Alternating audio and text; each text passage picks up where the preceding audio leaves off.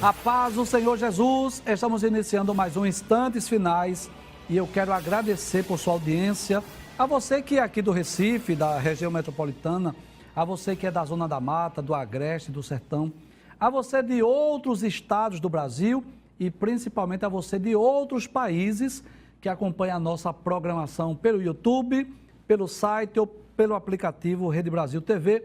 Que Deus te abençoe. Que as bênçãos de Deus continuem sendo derramadas sobre você e sobre toda a sua família.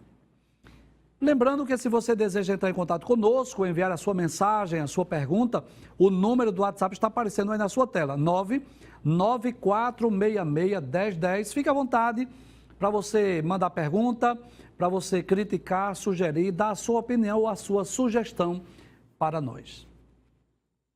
Se você está diariamente assistindo ao nosso programa, você sabe que nós estamos estudando o capítulo 21 do livro do Apocalipse, um dos capítulos mais maravilhosos da Bíblia. Nós já dissemos que os capítulos 21 e 22 falam do ápice, do clímax, daquilo que está reservado, né, para os salvos no futuro. É a consumação de todas as coisas. Nós temos essa imagem maravilhosa aí, pode abrir, por favor, onde João viu um novo céu e uma nova terra. E nós explicamos 3 versículos e demos início ao estudo do versículo 4. Vamos recapitular, vamos relembrar o que já vimos? Abre a tela, por gentileza. Primeiro, João disse: vi um novo céu e uma nova terra. Nós já explicamos. Prefiro crer que é a restauração deste planeta. Não creio que seja um outro planeta que será criado. E por que o texto diz, porque já o primeiro céu e a primeira terra passaram? Porque é uma nova história, é um recomeço, é Deus dando início a uma nova história na vida dos seres humanos. E quando diz que o mar já não existe, eu creio que é no sentido literal mesmo, não haverá mais essa distância, esses oceanos que separam os seres humanos, não existirá mais. Versículo 2 também nós já estudamos, pode passar a tela, por gentileza. Pode passar o versículo 2. João disse: eu vi a santa cidade. Aí nós começamos a falar sobre esta cidade belíssima e maravilhosa que está reservada para os salvos no futuro. E João descreve algumas das características. Primeiro, a cidade é santa, porque não haverá nessa cidade impureza, pecado, maldade, ódio, nada, absolutamente nada de ruim nessa cidade. João disse que essa cidade é nova, é algo que está preparado por Deus, não é nenhuma cidade aqui da terra, é uma nova Jerusalém, não é a Jerusalém terrestre de forma alguma, é uma Jerusalém celestial. João diz que de Deus descia do céu, porque o artífice e construtor desta cidade é o próprio Deus, e como não havia nenhuma cidade aqui na terra que João pudesse comparar, João disse que ela era como uma esposa ou como uma noiva preparada, ataviada para o seu marido. Estudamos também o versículo de número 3, pode passar. João diz: ouvi uma grande voz do céu, possivelmente a voz de Deus, que dizia assim: eis aqui o tabernáculo de Deus com os homens. Nós já explicamos sobre isso. O que faz essa cidade maravilhosa não é apenas o fato dela ser nova, dela ser santa, dela ter sido planejada por Deus, mas principalmente pelo fato dela ser o tabernáculo. E tabernáculo aí é habitação, tabernáculo é morada, é o lugar que Deus irá habitar com os homens. E o texto é claro: pois com eles habitará, e eles serão o seu povo, e o mesmo Deus estará com eles e será o seu Deus. E iniciamos o estudo do versículo 4. Pode passar, por gentileza. Foi o tema do nosso último programa. João diz: e Deus... Não, João não é Deus que está dizendo assim. A voz que João ouviu. E Deus limpará de seus olhos toda lágrima. Pode trazer a tela, por gentileza. Então, nós já explicamos que a vida humana, ela é marcada por choro. Todos nós, em algum momento da nossa vida, nós já derramamos lágrimas. Nós já nascemos chorando. E durante a nossa trajetória, nós derramamos muitas lágrimas. Quer seja pelos sonhos não realizados, pelos projetos frustrados, quer seja pelas frustrações, pelas decepções, pelas lutas, pelas provas, pelas adversidades, pelas perseguições, pelas calúnias, pelas injustiças, enfim, todos nós derramamos lágrimas. O próprio Jesus, o Filho de Deus, quando tornou-se homem, ele chorou pelo menos em 2 ocasiões. Ele chorou diante de Jerusalém, quando disse: Jerusalém, Jerusalém, que mata os teus profetas e aqueles que a ti são enviados. Quantas vezes eu quis vos ajuntar como a galinha junta os seus pintinhos. Jesus chorou por Jerusalém. E Jesus chorou também na ocasião da morte do seu amigo Lázaro. Então a vida humana é marcada por lágrimas, tristezas, angústias, choro, pranto, gemido. Mas nós temos uma promessa: Deus limpará de nossos olhos toda lágrima. Significa dizer que nesta cidade, nesta dimensão, neste novo céu e nessa nova terra, nunca mais nós teremos motivos para chorar. Mas não só isso, o texto continua dizendo, abre a tela por gentileza, e Deus limpará de seus olhos toda lágrima, e não haverá mais morte. Todos nós sabemos que o ser humano foi criado para viver infinitamente. Você sabia disso? Pois eu vou repetir. O desejo de Deus ao criar o homem era que o homem vivesse infinitamente. E era por isso que estava lá no Jardim do Éden a árvore da vida. Para que o homem comesse, para que o homem pudesse viver infinitamente, para que nunca morresse. Mas Deus havia dito a Adão que ele poderia comer dos frutos de qualquer árvore, com exceção da árvore da ciência ou do conhecimento do bem e do mal. E Deus disse, porque no dia que dele fruto ou dela árvore comeres, certamente morrerás. E como Adão desobedeceu, a morte entrou no mundo e passou a fazer parte da história da humanidade. Sem dúvida, a morte é uma das principais consequências do pecado. O pecado trouxe muitas consequências. Dores, sofrimentos, angústias, maldições, uma série de consequências, mas a maior delas, ou uma das maiores, é exatamente a morte. Quem já perdeu um ente querido sabe o que eu estou dizendo, principalmente neste período de pandemia, onde muitos de nós perdemos familiares e perdemos amigos.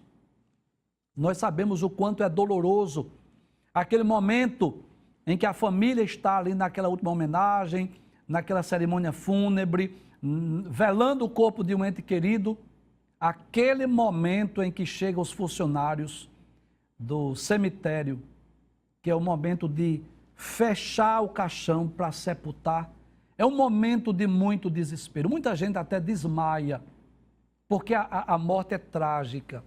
Ela traz dores, ela traz sofrimento, saudades. É o filho que chora porque não vai mais ver o pai. São pais que choram porque não vai ver seus filhos. Enfim, todos nós sabemos o quanto a morte é trágica, o quanto ela traz dores e sofrimentos aos seres humanos. Mas que coisa maravilhosa! No céu, no futuro, nesse novo céu, nessa nova terra, não haverá mais a morte não estará presente. É por isso que eu digo que essa cidade ela não tem nem cemitério, porque não precisa de cemitério, já que não haverá morte. Abre o texto mais uma vez, volta para o texto mais uma vez, por favor. Veja que o texto diz, e Deus limpará de seus olhos toda lágrima, e não haverá mais morte. Ou seja, nós viveremos infinitamente como os seres angelicais, não estaremos mais sujeitos à morte física. Mas não só isso, o texto diz também que não haverá mais pranto. E o que é pranto aí? Pranto fala de choro profundo. Pode trazer a tela. Angústia na alma, depressão, tristezas profundas. Quantas pessoas não estão nesse momento vivendo essa experiência do choro, da angústia da alma, de uma tristeza profunda, depressão, tristeza, angústias, amarguras na alma, que às vezes a pessoa chora tanto que não tem nem mais lágrima para chorar. Mas que coisa maravilhosa é que quando nós estivermos no novo céu, quando estivermos na nova terra, não haverá mais choro, porque Deus vai enxugar de nossos olhos toda a lágrima. Não haverá mais morte, mas não haverá também pranto. O que mais? Abre o texto, por gentileza, pode passar. Não haverá mais pranto, e pranto aí é depressão, é tristeza profunda, pranto aí é angústia na alma. Quantas pessoas que não estão vivendo esse momento de pranto, quer seja pela perda de um ente querido, quer seja por um problema conjugal, familiar, seja lá qual for, muitas pessoas, mas tem uma notícia boa, no futuro, no novo céu, na nova terra, não haverá mais pranto, lá não haverá depressão, lá no céu não haverá síndrome do pânico, lá no céu ninguém terá desejo nem suicida. Coisa que infelizmente é comum na nossa sociedade. Mas não só isso, o texto diz que não haverá clamor. E clamor aí fala de quê? De necessidade, de petições. Traz a tela. Veja que coisa interessante. Nós já dissemos aqui, pode trazer a tela, por favor. Nós já dissemos aqui que quando nós estivermos no céu, nós não vamos precisar nem pedir nada. Deus sabia disso? Enquanto nós estivermos aqui na terra, nós recorremos a Deus em oração. Deixa eu abrir um parêntese aqui. É claro que a oração não deve ser apenas o meio de pedir as coisas a Deus. Não, a oração, antes de tudo, é um momento de comunhão, é um momento de adoração, é um momento de confissão, mas também é um momento de petição. E todos nós recorremos a Deus para pedir bênçãos espirituais e bênçãos materiais. Para pedir bênçãos para nós e para os nossos familiares, não é verdade? Mas haverá um momento no céu em que nós não teremos nem necessidade de orar. Que coisa interessante! No céu nós não vamos precisar orar mais. E por quê, professor? Porque o que é que nós vamos pedir no céu? Não haverá mais necessidade alguma. Aqui na terra nós temos as nossas necessidades. Inclusive na oração do Pai Nosso, Jesus até ensinou a orar assim: o pão nosso de cada dia dá-nos hoje. Veja que coisa interessante. E por que Jesus ensinou a orar assim? Porque nós aqui na terra, nós temos as nossas necessidades diárias. Precisamos recorrer a Deus, pedir, buscar em oração e clamar. O clamor aqui fala daquela oração mais profunda, daquela oração mais intensa. Clamar aqui não é apenas aquele diálogo, clamar aqui é quem faz uma súplica, um pedido por algo urgente, por um milagre. Aí eu pergunto, e no céu? Nós não vamos precisar clamar, porque no céu ninguém vai precisar de milagre. Nós estaremos num lugar perfeito. Nós estaremos em um corpo perfeito. Nós estaremos em uma cidade perfeita diante daquele que é perfeito, diante de Deus. Então significa dizer que no céu nós não teremos mais necessidade de clamar, de orar. Ninguém vai estar de joelhos, suplicando, pedindo alguma coisa, porque é uma nova história, é uma nova fase, é uma nova realidade. Mas não só isso, pode passar o texto, diz que não haverá mais morte, não haverá mais pranto, ou seja, choro profundo, angústia na alma, não haverá mais clamor, pedido, oração, petição, mas também não haverá também dor. E todos nós sabemos que a nossa vida é marcada por dores. Nós sentimos dores no corpo e sentimos dores na alma. Durante a nossa jornada, pode trazer a tela, por favor? Durante a nossa jornada, durante a nossa trajetória aqui na Terra, todos nós estamos sujeitos às dores. Quem é que nunca teve uma dor de dente, uma dor de cabeça, uma dor de ouvido, uma dor na coluna, uma dor nas pernas? E essa é a realidade. À medida que o tempo vai passando, que a idade vai chegando, quanto mais velho, qual é a tendência natural? Isso mesmo. As dores aumentarem, artrite, artrose e tantas dores no corpo que nós sentimos. Mas nós também sentimos muitas vezes dores na alma, dores profundas, que refletem no corpo. São chamadas as doenças psicossomáticas, que às vezes a angústia da alma reflete no corpo. Às vezes existem úlceras, gastrites e doenças que são emocionais, que são causadas pelas dores da alma. Mas que coisa maravilhosa!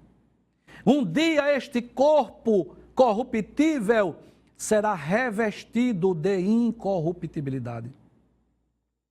Um dia este corpo mortal será revestido de imortalidade. E nós não teremos mais dores de hipótese alguma. Porque no céu, na nova Jerusalém, na nova morada, na nova cidade onde nós vamos habitar, não haverá dores. No céu ninguém vai se queixar que está com dor de ouvido, ou dor de dente, ou dor de coluna, ou dor nas pernas. Ninguém, absolutamente. Inclusive, eu quero lembrar aqui, lá no céu, ninguém vai precisar de cadeira de roda, ninguém vai precisar de amuleta, ninguém vai precisar nem de óculos, não vai precisar de dentadura, porque nós estaremos em um corpo perfeito, um corpo semelhante ao corpo de Jesus. Estaremos livres, enfim, de dores e de sofrimento. Mas não só isso, veja o que o texto diz, abre a tela mais uma vez, e não haverá mais morte, nem pranto, nem clamor, nem dor. Por quê?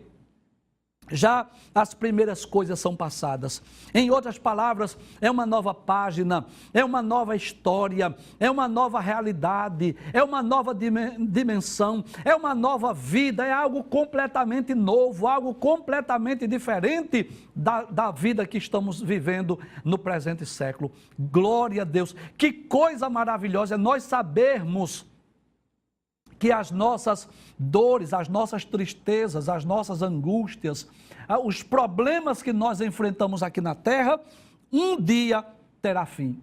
E por que eu posso dizer isso?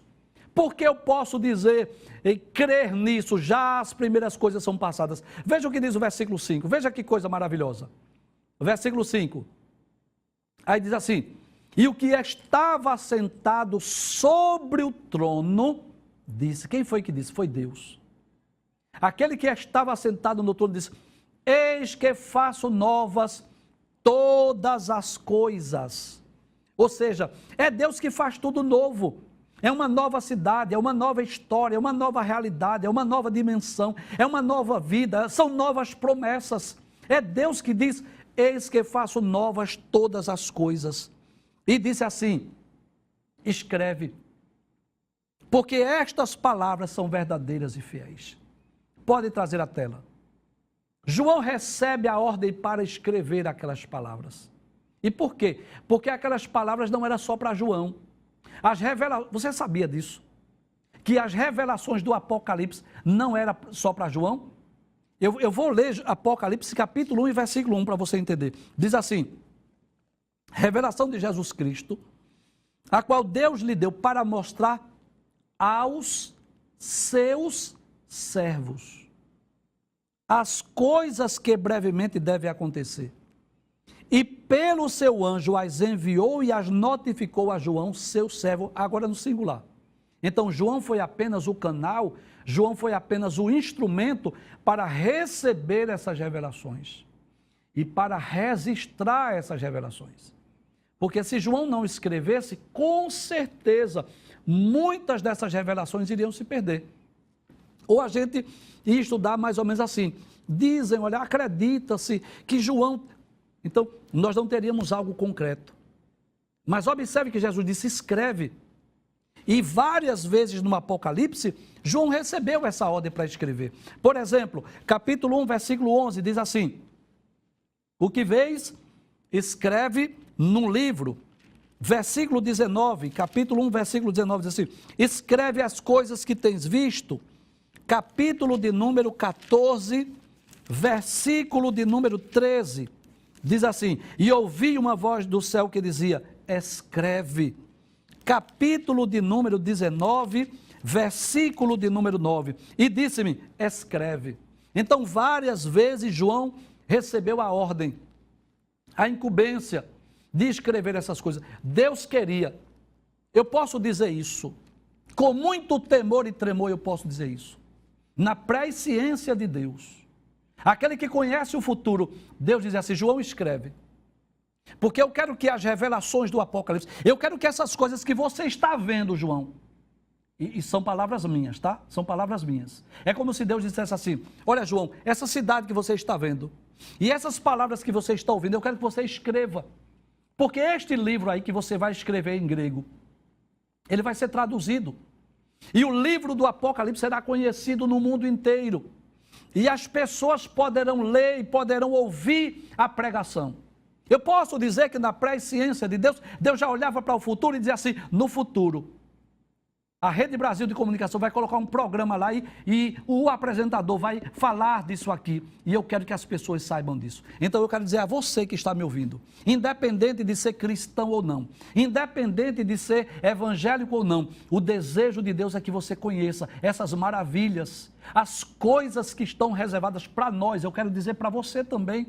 Você pode, se você não é cristão, receber Jesus como seu salvador pessoal, para você ter direito a essa cidade, a essa morada, a esta habitação futura. Você já teve a oportunidade de comprar algum terreno em um loteamento? Já percebeu como é? O que é que faz? Divide-se em lotes e começa ali, às vezes mostrando, né, o que será. Olha, aqui será uma escola, aqui será uma parada de ônibus, e começa a mostrar. Não tem nada ainda, é só o terreno. Mas já está no projeto que vai ser construído, aqui vai ser um hospital, e começa a dizer o que vai ser construído ali. Olha, aqui vai ser uma padaria, uma farmácia, enfim, aqui vai ser um shopping. E as pessoas, quando compram o terreno, que não está vendo nada ainda, mas ele sabe o que vai ter ali naquele loteamento. E eu posso dizer algo para você. Se olharmos para cima, se olharmos para o céu durante o dia, nós vamos ver apenas o céu azul com as nuvens. Ou se olharmos à noite, nós vamos ver o céu estrelado. E você não está vendo a Nova Jerusalém, mas ela já existe. Você não está vendo essa cidade, mas ela já existe. E em breve, essa cidade descerá do céu. E você tem a maior de todas as oportunidades, que é a oportunidade de ter o seu nome inscrito no livro da vida para você morar nesta cidade. Você não vai para lá se você não quiser. Mas Deus está te dando esta oportunidade. Volta o texto. Aí a voz de Deus, aquele que estava sentado no trono, disse assim: eu faço novas todas as coisas. Glória a Deus. Deus tem o poder de fazer coisas novas. Aleluia. Aí ele disse, e disse a João: escreve. O quê? Porque estas palavras são verdadeiras e fiéis. Eu quero que você escreva, João, porque essas palavras são verdadeiras. Quando diz que são verdadeiras, Deus está dizendo: aqui não tem mentira, aqui não tem engodo, aqui não tem engano. São palavras que são dignas de crédito, de aceitação, que eu posso crer, que eu posso confiar, que eu posso acreditar. Aqui não tem fake news, aqui não tem promessas humanas, aqui não tem promessas falíveis. As promessas da Bíblia, elas são infalíveis, elas não falham. Você pode dizer assim: professor, o que é que lhe faz acreditar na Bíblia? Simples, é olhar para o passado e ver as profecias que já se cumpriram. Por exemplo, as profecias acerca de Cristo, elas se resumem em 4 grupos. Primeiro, as profecias que diziam que Jesus viria ao mundo, todas elas já se cumpriram. As profecias que diziam que Jesus iria morrer, todas elas se cumpriram. As profecias que diziam que Jesus iria ressuscitar, todas elas se cumpriram. Então eu posso dizer, se eu dividir as profecias messiânicas em 4 grupos, eu posso dizer que 75% delas já se cumpriram. O que é que falta se cumprir? As profecias que falam do seu retorno, da sua vinda, das coisas que estão por acontecer. As profecias acerca de Israel, de tantos eventos que já ocorreram naquela nação, grande parte já se cumpriu, falta apenas aquelas que dizem respeito ao futuro messiânico da nação de Israel. Então eu posso dizer que o que me faz acreditar nas profecias bíblicas é que, embora a Bíblia tenha sido escrita por homens, Deus escolheu cerca de 40 escritores para registrar a Bíblia, mas só existe um autor. Você sabia disso? A Bíblia possui cerca de 40 escritores que escreveram no período de mais ou menos 15 ou 16 séculos, mas só um autor, e o autor é Deus. Por isso Deus diz, estas palavras são verdadeiras, você pode crer, você pode acreditar. Nesses 2000 anos que a Bíblia foi concluída, porque embora os primeiros livros da Bíblia tenham sido escritos há mais de 3 milênios, mas faz 2 milênios que a Bíblia foi concluída, que ninguém conseguiu destruir esse livro, por mais que se tentasse. Tentaram queimar a Bíblia, destruir a Bíblia, tentaram negar a veracidade da Bíblia, mas quanto mais perseguem esse livro, mais esse livro cresce, é traduzido, é difundido. A Bíblia é hoje o livro mais lido, mais conhecido, mais traduzido em todo o mundo. E é impossível, ninguém pode destruir esse livro, não tem mais como fazer isso. Porque você tem a Bíblia hoje até no seu celular. E detalhes, com várias versões. Dependendo da Bíblia que você tiver, você tem várias versões da Bíblia. Não tem mais como destruir. E as palavras de Deus, elas são verdadeiras. Eu posso, eu como ser humano que sou, eu posso errar, eu posso mentir, eu posso enganar, como ser humano falo que sou. Mas a Bíblia não. A Bíblia, ela é simplesmente inerrante, não tem erro nela. Elas são verdadeiras, eu posso crer, eu posso acreditar. Que coisa interessante. Você assiste uma reportagem hoje, você não sabe se você pode acreditar naquilo. Quantas vezes nós não ouvimos isso? Que a mídia traz uma notícia, quando você vai investigar, aquela notícia não é verdadeira, não foi bem assim, houve uma distorção. Alguém distorceu, alguém inventou, alguém acrescentou. E é por isso que tem tanta gente sendo processada por isso. Porque às vezes diz o que não era para ser dito. Enfim, você sabe disso. Nós não podemos confiar hoje na mídia, você sabe disso. Por conta das fake news. Mas na Bíblia Sagrada, eu ensino com muita tranquilidade, porque a Bíblia é digna de crédito. Por isso que Deus diz, estas palavras são verdadeiras. Não mente, não falha, não tem erro, não tem engano, mas diz assim, e são fiéis. Então é outra característica da Bíblia. Quando diz que é verdadeira é porque não tem mentira, não tem erro, não tem engano, não tem fraude, mas quando diz que são fiéis, está dizendo assim, as suas profecias não falham, as suas promessas são infalíveis. As suas promessas, elas se cumprem no tempo certo. E pode ficar tranquilo disso. Você não é obrigado a acreditar no que eu estou dizendo. Você não é obrigado a acreditar na Bíblia, mas guarde esta palavra. Você, crente ou não crente, evangélico, não guarde essa palavra. No final da vida, todos serão crentes. Eu não estou dizendo que todos serão salvos. Eu estou dizendo que todos serão crentes. Todos vão acreditar na Bíblia. Muita gente duvidou desta palavra. Muita gente desceu à tumba fria sem acreditar nessa palavra. Mas lá onde eles estão, pode ter certeza disso. Eles vão dizer assim, realmente a Bíblia é verdadeira. Observe, leia Lucas capítulo 16, versículo 19 a 31. Aquele homem rico que vivia esplendidamente. Ele não deu valor à palavra de Deus enquanto estava aqui na terra, não. Por isso que foi para aquele lugar de tormento. Mas quando ele chegou lá, ele pediu para Abraão mandar Lázaro à terra evangelizar seus 5 irmãos.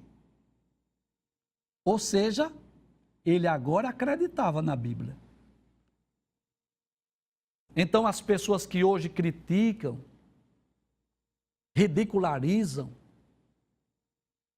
com muito respeito aos professores de faculdade ou de universidade, que eu também sou professor e não estou aqui para falar mal de A ou de B. Porque uma das profissões mais importantes da terra chama-se a profissão do professor ou do mestre. Você sabe disso. Que alguém para ser juiz, para ser advogado, para ser um promotor, para ser qualquer coisa hoje, precisa de um professor. Mas infelizmente, existe grande número de professores influenciados por teorias antibíblicas e antiteístas que fazem questão de dizer que são ateus, que são materialistas, que creem na teoria da evolução, que desfazem do conteúdo bíblico, que veem a Bíblia como um livro lendário, como um livro cheio de lendas. E muitos desses professores, em sala de aula, ridicularizam dos cristãos, dos evangélicos, porque crê na Bíblia. Eu recebo muitas perguntas de jovens que perguntam como é que vai proceder na sala de aula que o professor não acredita na Bíblia. Olha, se você tem convicção da verdade, então pronto, fique tranquilo. Se você tem convicção da verdade, você não sabe que a Bíblia é verdadeira, então pronto. Você não é obrigado a estar acreditando naquilo que o professor diz. Você deve entender que quem está com a verdade é você. Mas voltando, deixa eu dar o exemplo aqui. Com muito respeito aos mestres, aos professores, aos graduados, aos doutores, aqueles que são já têm até pós-doutorado, que estão nas faculdades ridicularizando da Bíblia, fique à vontade, é um direito seu. Eu tenho o direito de crer e você tem o direito de duvidar. É um direito seu. Como é direito meu crer. Mas te garanto uma coisa. Fica tranquilo no que eu estou te dizendo. Quando atravessares a ponte, que chegares do outro lado, tu vais chegar à conclusão que esse livro é verdadeiro. Muitos que criticaram, que zombaram, que ridicularizaram desse livro, que não tiveram a oportunidade de se arrepender, por isso que eu disse muitos e não todos, porque é claro que muitos deles podem se arrepender, mas que não se arrependeram, ao atravessar a ponte e chegar do outro lado da vida, chegaram a essa conclusão. Realmente a Bíblia, ela é verdadeira. Volta ao texto mais uma vez para nós concluirmos. Aí diz, e disse-me, escreve, João, que eu quero que o mundo inteiro saiba dessas promessas. E por quê? Porque estas palavras são verdadeiras, ou seja, não tem mentira, nem engodo, nem engano, e elas são fiéis. Esse livro, as promessas desse livro são fiéis, são verdadeiras. Eu posso crer, eu posso confiar, eu posso acreditar. Versículo 6, pode passar. Aí disse, e disse-me mais. Não parou por aí não, tem mais. Disse assim, está cumprido. Eu sou o alfa e o ômega, o princípio e o fim. Ou seja, ele está dizendo, o alfa é a primeira letra do alfabeto grego e o ômega é a última letra. Em outras palavras, ele está dizendo, eu sou antes de todas as coisas e eu sou o fim de todas as coisas. Eu estava no começo, antes que todas as coisas existissem, eu estarei no final. É esse o sentido, eu sou o princípio e o fim. Aí diz, a quem quer que tiver sede, de graça lhe darei da fonte da água da vida. Que coisa interessante. Então a fonte da água da vida é uma promessa que é feita aos salvos. Na realidade, aos salvos não, a todos os seres humanos. A promessa, se você tem sede, se você deseja, você pode ter de graça a fonte da água da vida. Pode trazer a tela, por gentileza? E eu posso dizer que eu já tomei dessa água. Que água maravilhosa. Isso faz lembrar daquele diálogo de Jesus com a mulher samaritana. Você já conhece, capítulo 4, né? Lá no poço de Jacó, perto do meio-dia, Jesus sedento. Aí Jesus pede água àquela mulher samaritana. E quando a mulher samaritana olhou, porque os judeus e samaritanos não se conversavam, a mulher olhou para Jesus e disse assim, como sendo tu judeu, pedes de beber a mim, que sou mulher samaritana? E Jesus começa aquele diálogo com a mulher, dizendo assim, olha, qualquer que beber dessa água tornará a ter sede. Mas aquele que beber da água que eu lhe der, nunca mais terá sede. Deixa eu ler o texto, São João capítulo de número 4. Versículo de número 10, Jesus disse, se tu conheceras o dom de Deus, e quem é o que te diz, dá-me de beber, tu lhe pedirias e ele daria água viva. Esta água viva só Jesus tem. Só Jesus pode dar. Jesus disse, versículo 13, qualquer que beber dessa água aí do poço de Jacó, tornará a ter sede, mas aquele que beber da água que eu lhe der, é uma água especial, é uma água espiritual, é uma água que vai descedentar a vida por toda a eternidade. Aí diz assim, nunca terá sede, porque a água que eu lhe der, que coisa maravilhosa, se fará nele uma fonte de água que jorra para a vida eterna. Então Jesus oferece, abre o texto mais uma vez, aí ele diz, eu sou o alfa e o ômega, o princípio e o fim, em outras palavras, eu sou eterno, eu sou o princípio de todas as coisas, eu sou o fim de todas as coisas, e diz, a quem quer, é quem quiser, não é aqueles que são predestinados, não é aqueles que são escolhidos, é quem quer, que tiver sede, essa sede é uma sede espiritual. Aí ele diz, de graça, sem recurso, sem dinheiro, você não precisa pagar, você vai beber da fonte da água da vida. Versículo 7, que é o último texto que eu vou estudar hoje, pode passar por gentileza. Aí diz, quem vencer, olha aí que coisa interessante, é por isso que eu creio na doutrina da predestinação condicional. É por isso que eu não acredito que Deus escolheu uns para a salvação e outros para a perdição. Não, o texto diz quem vencer. E o que é vencer aí? É aqueles que crerem em Cristo, aqueles que perseverarem até o fim. O que é que vai acontecer? Vai herdar todas as coisas. O quê? Vai herdar o céu, a nova Jerusalém, vai herdar as bênçãos reservadas para os salvos no futuro, vai herdar essas promessas que estão feitas aí dos versículos 1 ao versículo 6. Aí Deus diz, e eu serei seu Deus e ele será meu filho. Que coisa maravilhosa. Então, se você deseja, se você ainda não tem essa certeza, se você ainda não tem a convicção da salvação da sua alma, eu quero lembrar a você mais uma vez, que as pessoas costumam dizer assim, quando eu morrer, Deus faça de mim o que Ele quiser. Não, não é assim. Você deve escolher enquanto está em vida. Observe que ninguém escolhe o destino depois que está dentro do avião, já percebeu isso? Você primeiro não entra na aeronave para dizer ao piloto para onde você vai. Não, não é assim. Primeiro você tira a sua passagem, você escolhe o destino para depois você entrar na aeronave. E o piloto, quando vai conduzir aquela aeronave, ele já sabe qual é o destino. Na vida espiritual é do mesmo jeito. Não deixe para depois, quando eu morrer. Não, não pense assim. Essa decisão deve ser feita enquanto estamos em vida. E Jesus oferece gratuitamente.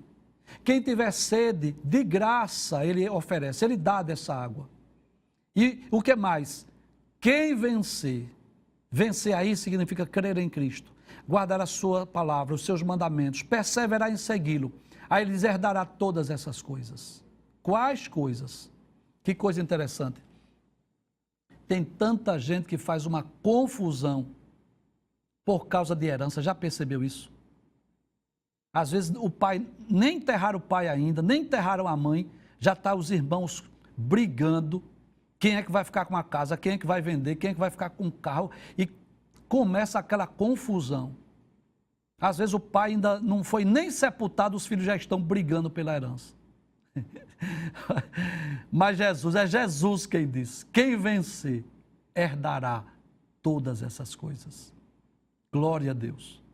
Então, um novo céu, uma nova terra, uma nova cidade, onde não haverá dor, nem lágrima, nem pranto, nem gemido, nem morte, nem clamor, porque todas as coisas se fizeram novas. E se você crer em Cristo, guardar a sua palavra e perseverar em segui-lo até o fim, você será um desses que irá herdar todas as coisas.